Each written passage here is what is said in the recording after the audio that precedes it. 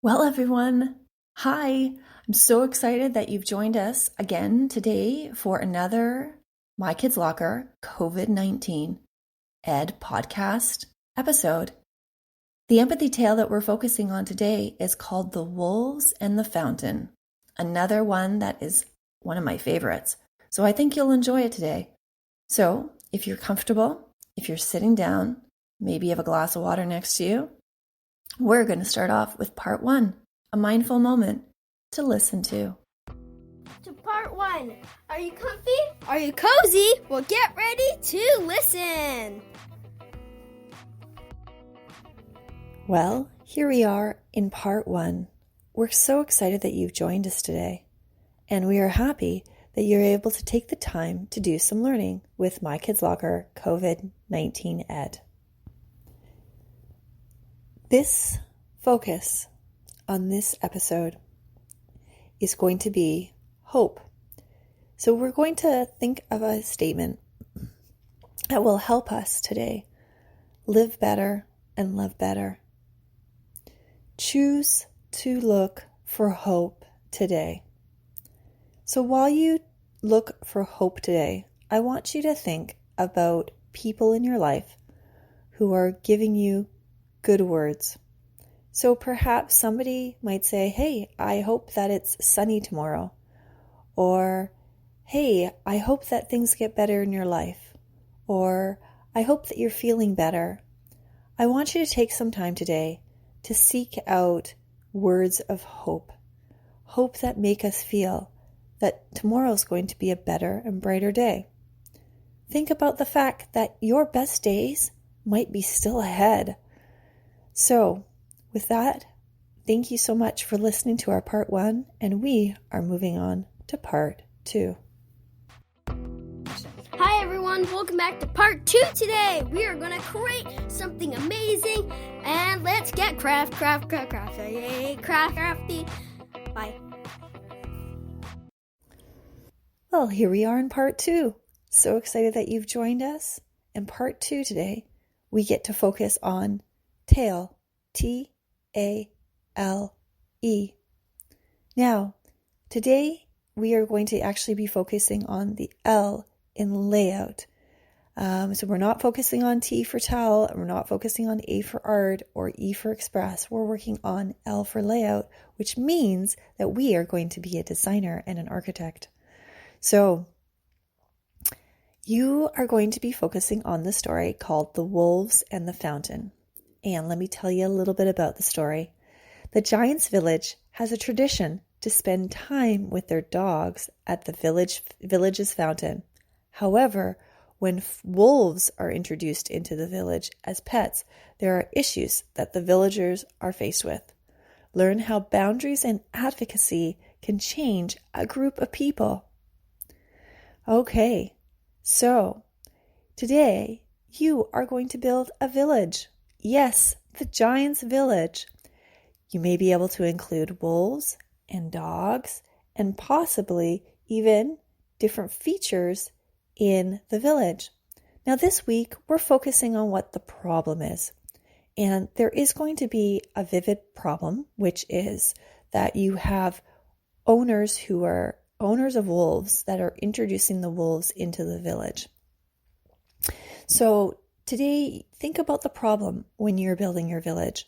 You might want to draw characters, maybe the owners of the wolves. When everything is said and done, I hope that you enjoy this tale and enjoy your creation.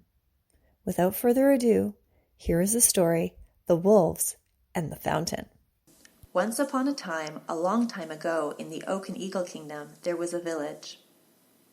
This village was in the land of the northern eagle. And this village was full of giants. It was the Giants' Village, and they lived on the very north side of the Oak and Eagle Kingdom. These giants were wonderfully gentle, and their king was named King Edward. He was a very gentle man, and they lived a very happy life for most of the time. Most of the villagers had dogs, and they really enjoyed their dogs. They were well behaved, and they had a water fountain in the middle of the giant village. And King Edward would go down there and allow the dogs to jump in the water fountain and just have fun. There were rules that the dog owners had to abide by, such as making sure the dogs were on leashes and making sure that the dogs had enough to eat. So that would make them in a happy mood.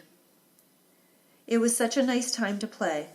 Sometimes there were issues, like dogs were barking at each other, but most of the time they really enjoyed spending time with each other at the village fountain. There was a lot of joy. There was a lot of happiness. The giants were smiling, and their dogs were too. After many years of having dogs, there were a couple of giants that started to feel a little unhappy.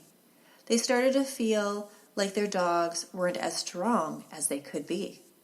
They decided to go into the forest of darkness. They decided to go take some wolves as pets. Because they decided to take wolves as pets, they chose not to have dogs. However, these wolves looked very similar to dogs, and they could easily be confused. They thought, well, these are going to be more powerful, they'll be bigger, and we want wolves rather than dogs. It would be nice to have some more variety in our village, they thought. They also thought it would be a good thing. So, 2 families from the giant's village decided to go get wolf cubs. And they did that and brought them back to the village. At first, they were just fun to play with, and the families chose not to tell anyone that these cubs were wolves and not pups from dogs. King Edward was excited to have a different type of dog in his village. In the coming weeks, unfortunately, King Edward became very sick. He unfortunately passed away. His wife, Queen Ella, came to leadership. She was a very pleasant woman, and she meant well. She wanted people to be happy. She wanted the giants to be happy, and she wanted all the pets to be happy. What started to happen was the wolves got a little bit bigger. Some of the people in the village started to say, those dogs look a little bit bigger and a little bit more angrier than the normal dog. But the 2 families would just brush it off. The 2 families who had the wolves started to notice that the wolves did start getting bigger. When they would go to the village fountain, the wolves started to bark very loudly and growl at the dogs. These 2 families would just laugh it off and just say, all animals are welcome at the fountain. At one point, the villagers thought, well, we need to put some boundaries down. So a group of the villagers went to the Queen. They said, we know King Edward loved having dogs in the village. We know that he delighted in them. However, there are some large dogs in our village that are starting to scare us and scare our younger children. The Queen looked at the villagers, and she had been in pain from the loss of her husband. Of course he did. He loved all the dogs. They said, but the black wolves are getting bigger and they're getting fiercer. We fear that they're going to start harming other animals. Queen Ella, with her kind heart, said, well, let me just go talk to the families and hopefully we can solve this. She brushed them off and they went away. She went down and sat with the families who owned the two wolves. She said to them, I have had some villagers be very concerned. They say that there are dogs that are larger in our village, and they're starting to scare people. The two families looked at her. They said, we have to be honest with you. We went into the forest and decided to raise wolf cubs. The queen said, well, they are still a type of dog, so I don't see a problem with that. As long as you take good care of them and you make sure they're on a leash and you make sure that the villagers are taken care of, then I don't have a problem with it. So the villagers, the two families, decided that they were going to name their two wolves Midnight and Moonlight, and that if they named the wolves, then perhaps the villagers would come and enjoy them more and welcome them. Well, both families felt very strongly that they had a right to have their wolves at the fountain. They were very nice families, and they've been part of the village for a very long time. Queen Ella just said, well, fine, let's just let it go. It's not a big deal. But just so you know, we have people that are a little upset. Well, the next day, the two big black wolves came to the fountain, and they started barking. The two families came with them, and each were on a leash. Midnight started barking, and he bit one of the dogs that was from one of the other villagers. The other villager got mad. This is not okay. This is supposed to be fun. This is supposed to be a safe place. Midnight's owner looked at the villager who had the hurt dog.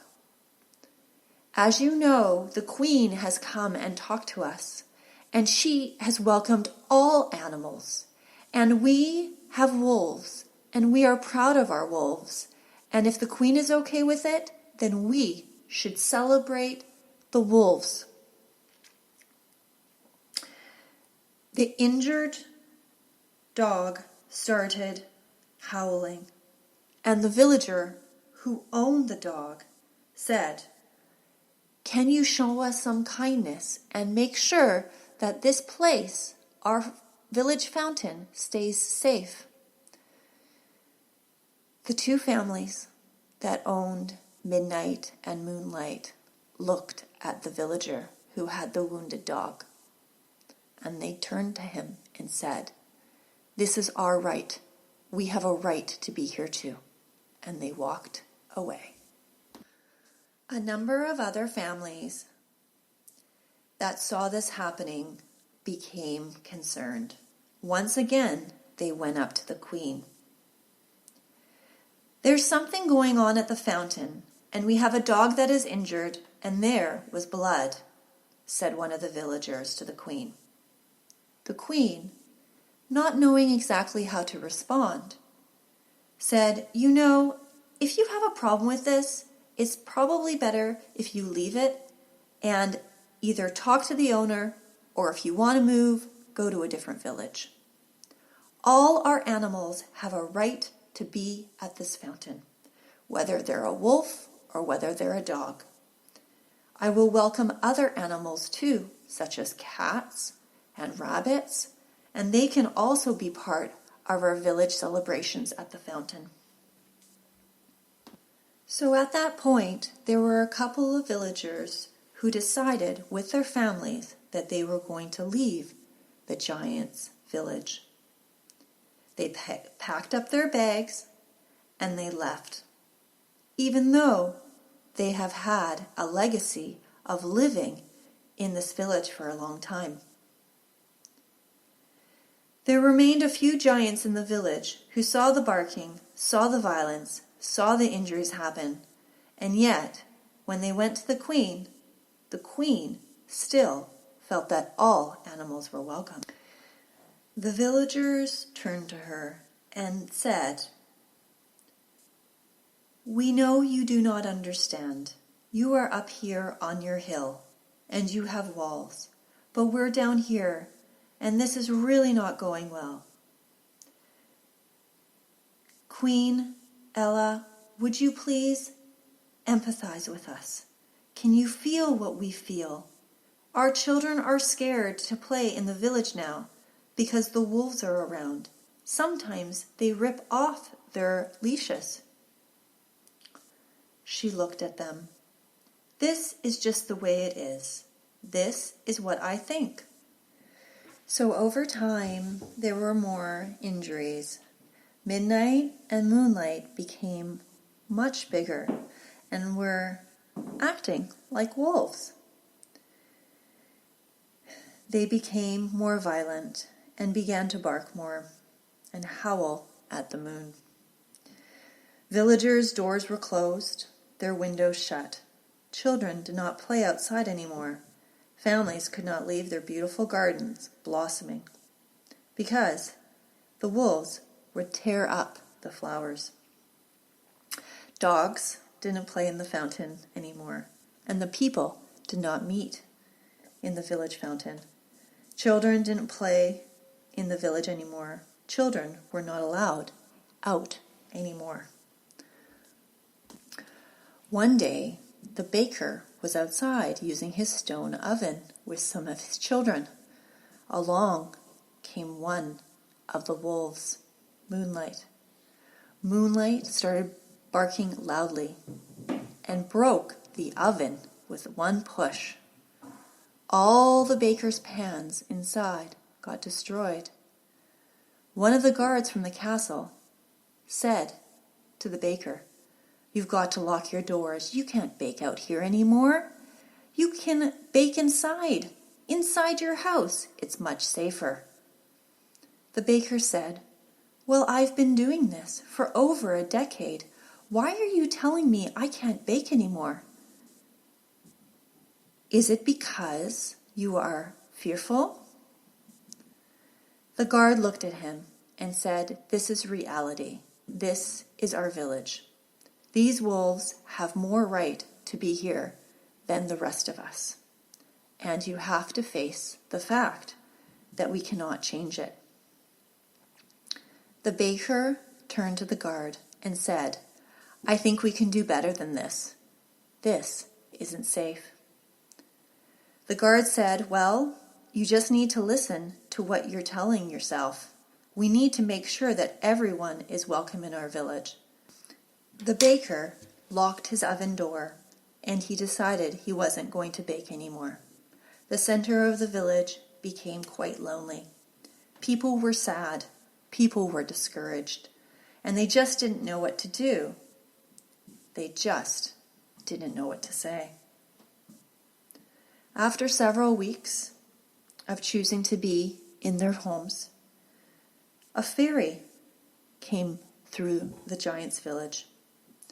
She was from the magical forest in the land of the Eastern Eagle.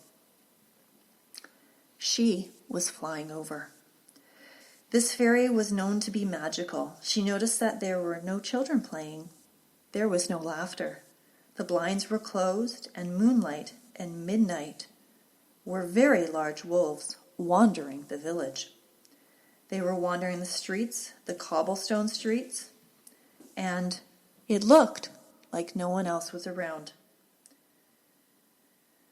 She could see everything because she was flying above.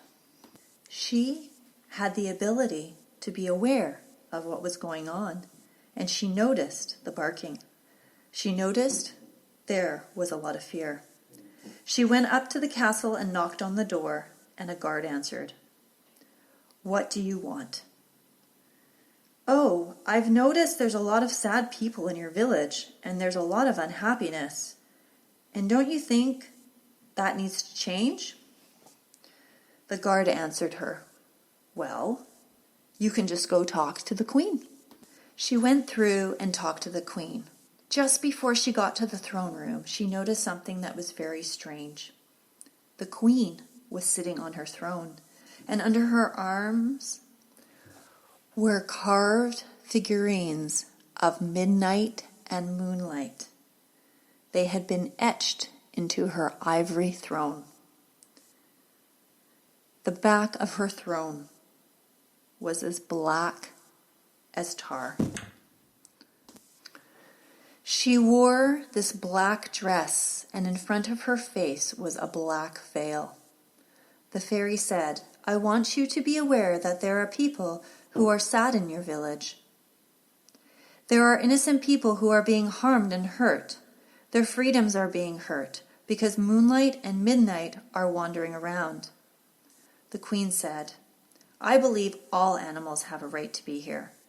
The fairy said, "Do you see the damage that it's doing? Can you empathize with the baker?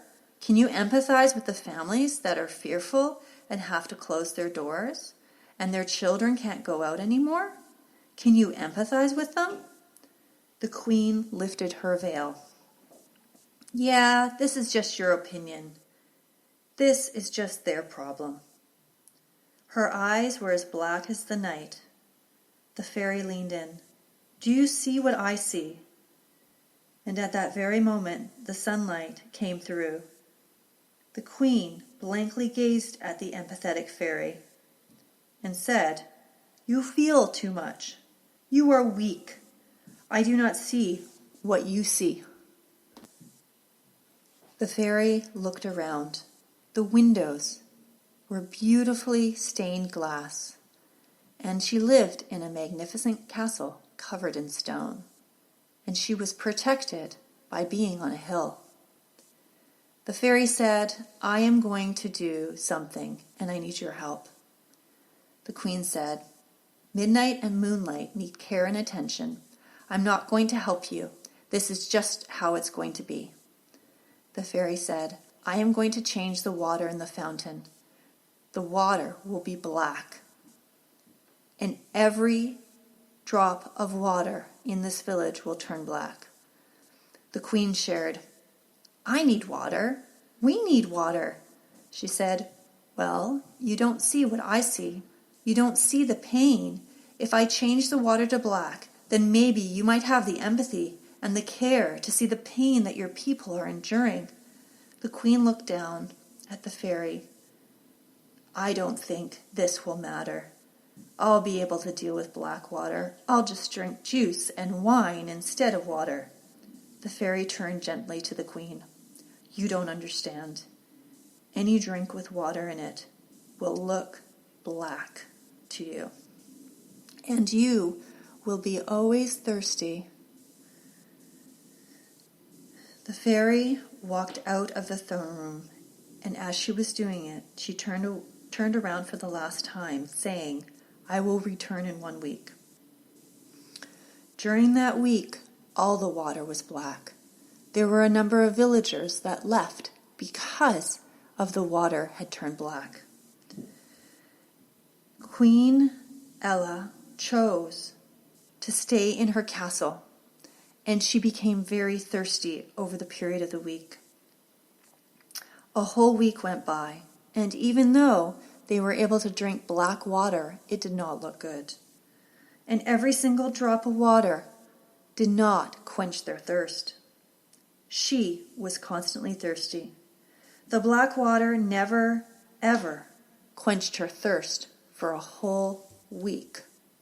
She became sick and very weak within the 7 days. Her hair, skin, and nails began to show scales of black, like the flakes she would find on a lizard. The queen looked out onto the giant's village, and she became sad. The fairy came back and looked at the queen in her pain. The queen turned to her and said, "I feel their pain. I understand. I know what it means to truly feel this way. What should we do? I am sorry." The fairy looked at her and said, "We need to contain midnight and moonlight. We need to place them in a community and care for them. Our village needs to be able to roam free and be free. The queen looked at her, and at that very moment, all the black scales flaked from her skin, and they fell to the ground. The fairy came up to the queen, and she sprinkled magical fairy dust on her, and every bit of black, from the top of her head to her toes, crumbled to the ground in ash. From that point forward, there was water for the queen, and there was healing for the land. Midnight and Moonlight were cared and caged. They were cared for and loved by their owners. They soon were able to come back into the village area after they have been cared for and taken care of by villagers who wanted to work with the wolves. It was only through the fairy's compassion and through the queen's understanding that healing had happened. Boundaries needed to happen in order for people to thrive and to survive. If it wasn't for the one fairy to be brave enough to talk to the queen, then the fear would have continued. The village grew to be healthy, and the people who had left returned. And the giant's village again were able to celebrate, care for, and live their lives in the village and around the fountain. Thank you. Hi everyone, it's time to innovate, part 3. Woo. Well, I hope that you enjoyed our story today, The Wolves and the Fountain. Here we are in part 3 for Innovate. Okay, so there was a problem with the wolves in the village. Very interestingly, we have owners who own dogs and they also own wolves. So what about the owners that own wolves? And what about the owners that own dogs? Well, today I want you to take some time to think about pets around the world. I want you to think about why we have pets. And are there people who have wild pets? Do they have lions and tigers and bears? Oh my. Do they have tame pets? Take some time to draw a picture or to write a reflection on a person or people you know have pets. If you want to extend your learning and your parents have given you permission, go online and look at wild pets and tame pets so you get some ideas on how pets are important to people, as well as possibly if you decide to draw them or write about them.